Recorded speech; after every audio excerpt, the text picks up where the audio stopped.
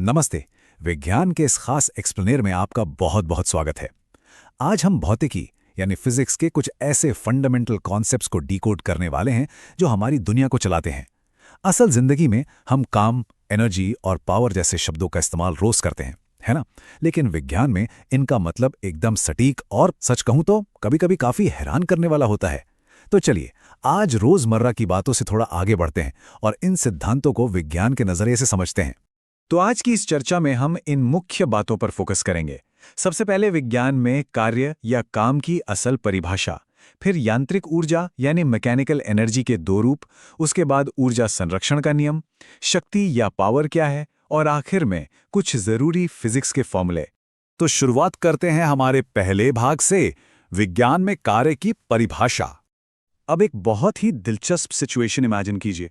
Railway station पर एक कुली अपने सिर पर भारी भरकम सूटकेस लेकर चल रहा है, पसीने से तरबतर बहुत मेहनत कर रहा है।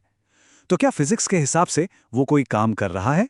आम भाषा में तो हम कहेंगे अरे बिल्कुल, लेकिन विज्ञान का जवाब सुनकर शायद हैरानी हो। इसका जवाब है जीरो वर्क, यानी बिल्कुल शून्य काम। ऐसा क्यों?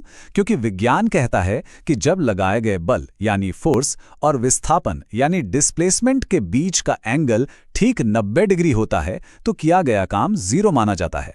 अब देखिए, कुली वजन उठाने के लिए ऊपर की तरफ बल लगा रहा है, लेकिन वो चल आगे की तरफ रहा है। दोनों के बीच बन गया 90 डिग्री का कोण। तो तकनीकी रूप से इतनी मेहनत के बावजूद विज्ञान की नजर में कोई काम नहीं हुआ। तो भाई फिर असल में काम है क्या? इसे एक बहुत ही सिंपल फॉर्मूले से समझते हैं। W बराबर F गुणा S। विज्ञान में काम तभी माना जाएगा जब किसी चीज पर बल लगाया जाए और वो चीज उसी बल की दिशा में अपनी जगह से खिसके या विस्थापित हो। अगर चीज अपनी जगह से हिली ही नहीं तो चाहे कितना भी जोर लगा लीजिए, कार्य नहीं होगा। इसको थोड़ा और बारीकी से देखते हैं। यहाँ W है हमारा कार्य यानी वर्क, F है बल या फोर्स और S का मतलब है विस्थापन यानी डिस्प्लेसमेंट। अब मान लीजिए हम एक मजबूत दीवार को धक्का दे रहे हैं। दीवार तो हिलेगी नहीं, यानी S हो गया जीरो, तो हमारा पूरा काम भी जीरो हो गया। एक और बात, इस कार्य को मापने की जो स्टैंडर्ड यूनिट है उसे हम जूल कहते हैं। आगे बढ़ते हैं दूसरे भाग की तरफ, यांत्रिक ऊर्जा के दो रूप। अब जब काम करने की बात आती है तो उसके लिए क्षमता भी तो चाहिए। इसे ही हम मैकेनिकल एनर्जी या यांत्रिक ऊर्जा कहते हैं। इसके दो मुख्य पहलू हैं, बिल्कुल एक ही सिक्के के दो पहलुओं की तरह। पहली है गतिज ऊर्जा यानी काइनेटिक एनर्जी, जो किसी चीज की गति या मोशन की वजह से होती है, और दूसरी है स्थितिज ऊर्जा यानी पोटेंशियल एनर्जी, जो किसी चीज की पोजीशन, उसकी ऊंचाई या उसके आकार की वजह से उसमें जमा होती है। काइनेटिक एनर्जी को हम इस फॉर्मूले से समझते हैं, E बराबर हाफ mv²। ये फॉर्मूला हमें बताता है कि जब कोई चीज मोशन में होती है तो उसकी एनर्जी उसके द्रव्यमान यानी m और उसके वेग यानी v के स्क्वायर पर डिपेंड करती है। सीधी सी बात है, स्पीड जितनी ज्यादा होगी काइनेटिक एनर्जी उतनी ही तेजी से बढ़ेगी। और दूसरी तरफ है हमारी पोटेंशियल एनर्जी। इसका फॉर्मूला है EP बराबर mgh। ये वो एनर्जी है जो किसी वस्तु के अंदर छुपकर जमा रहती है। ये डिपेंड करती है चीज के द्रव्यमान m, ग्रेविटी g और उसकी ऊंचाई h पर।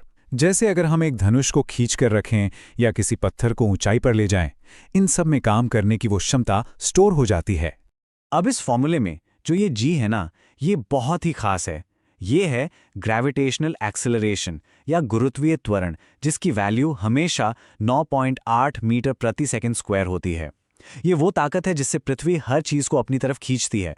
जब भी हम ऊंचाई से जुड़ी किसी भी एनर्जी को कैलकुलेट करते हैं तो पृथ्वी का ये अटल नियम वहां हमेशा मौजूद रहता है।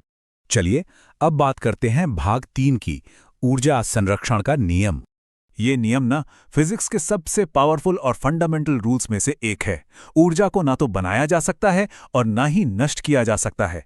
इसे सिर्फ एक रूप से दूसरे रूप में बदला जा सकता है। सच में ये पूरे ब्रह्मांड का एक ऐसा नियम है जिसे कोई नहीं तोड़ सकता। टोटल एनर्जी हमेशा उतनी ही रहेगी, बस उसका रूप बदलता रहता है। तो इसका सीधा सा मतलब ये हुआ कि कुल ऊर्जा हमेशा काइनेटिक एनर्जी और पोटेंशियल एनर्जी का जोड़ होती है, और ये जोड़ हमेशा कांस्टेंट यानी स्थिर रहता है।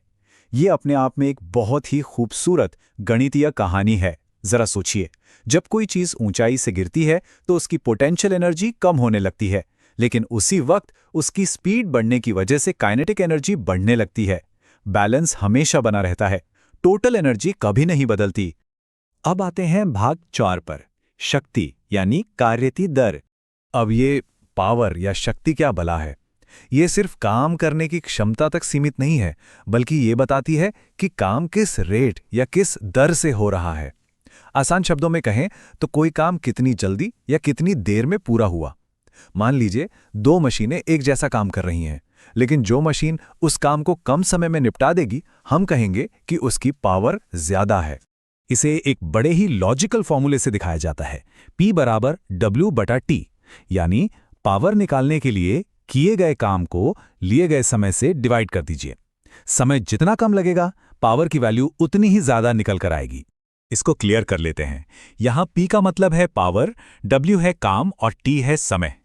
पावर को मापने की जो SI यूनिट है उसे हम वॉट कहते हैं, और 1 वॉट का सीधा सा मतलब होता है 1 सेकंड में 1 जूल काम का पूरा होना। पर प्रैक्टिकल लाइफ में क्या होता है? घरों या फैक्ट्रियों में हम इतनी ज्यादा बिजली इस्तेमाल करते हैं कि वहां ये वॉट बहुत छोटी यूनिट पड़ जाती है। इसीलिए रोजमर्रा के कमर्शियल यूज के लिए हम किलोवाट घंटा यानी kWh का इस्तेमाल करते हैं। हमारे घरों के बिजली बिल में जो यूनिट लिखी आती है ना, वो दरअसल यही किलोवाट घंटा होती है। अब जरा इस नंबर पर गौर कीजिए, 3.6 गुणा 10 की घात 6। इसका मतलब है 36 लाख जूल। जी हां, बिल्कुल सही सुना। जब हमारे घर में 1 यूनिट बिजली खर्च होती है तो असल में हम 36 लाख जूल ऊर्जा का इस्तेमाल कर चुके होते हैं। इस नंबर से ही हम अंदाजा लगा सकते हैं कि हमारे रोजमर्रा के कामों में कितनी भारी मात्रा में ऊर्जा का फ्लो होता है। और अब हमारे आज के एक्सप्लेनेर का आखिरी हिस्सा, भाग 5, मुख्य भौतिकी सूत्र। तो चलिए इन सारे बिल्डिंग ब्लॉक्स को एक जगह समेट लेते हैं। हमने देखा कि कार्य, गतिज ऊर्जा और स्थितिज ऊर्जा, इन तीनों को ही जूल में मापा जाता है, और इनके फॉर्मूले भी हमने समझे। फिर हमने बात की शक्ति की, जो काम करने की दर बताती है और जिसे वॉट में मापा जाता है। ये सिर्फ कुछ फॉर्मूले नहीं हैं, बल्कि ये वो भाषा है जिससे हम समझ पाते हैं कि हमारा ब्रह्मांड आखिर काम कैसे करता है। तो इस चर्चा को खत्म करने से पहले एक बहुत ही गहरे सवाल पर सोचते हैं। अगर ब्रह्मांड का सबसे पक्का नियम यह है कि ऊर्जा कभी नष्ट नहीं होती, तो हम जो दिन भर काम करते हैं, जो भी एनर्जी हम खर्च करते हैं, वो आखिर जा कहाँ रही है? वो किन नए रूपों में बदल रही है और हमारे इस ब्रह्मांड में हमेशा के लिए अपनी कैसी छाप छोड़ रही है? इस सवाल पर जरूर सोचिएगा, क्योंकि सही मायने में फिजिक्स का असली जादू यहीं से शुरू होता है। इस शानदार विषय को हमारे साथ समझने के लिए बहुत बहुत धन्यवाद।